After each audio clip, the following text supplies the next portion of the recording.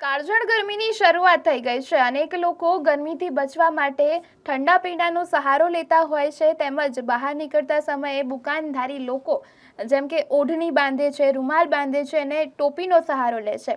તેમજ ગરમીથી બચવા માટે ઝાડ નીચે બેસતા હોય છે, બસ ડેપોમાં બેસતા હોય છે। તેવો જ કંઈક નજારો વડોદરા શહેરમાં પણ જોવા મળ્યો, જેમાં વડોદરાવાસીઓ ગરમીથી બચવા માટે ઠંડા પીણા પી રહ્યા છે, તેમજ બહાર નીકળી રહ્યા છે તો ટોપી પહેરી રહ્યા છે, દુપટ્ટો બાંધી રહ્યા છે।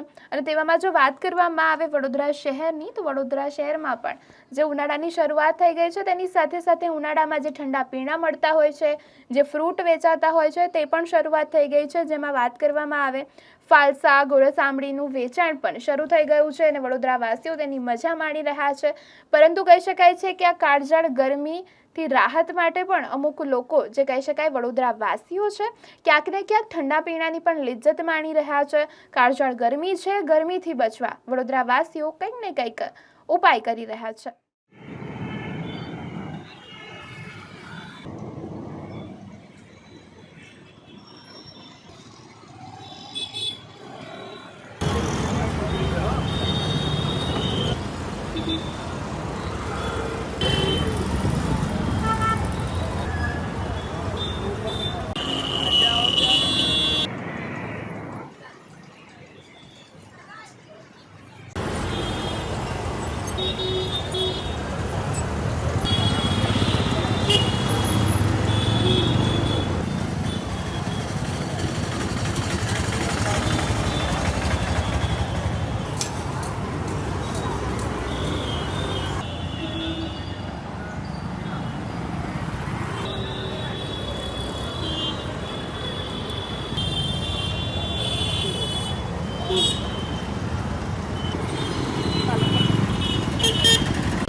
पर आई जाए।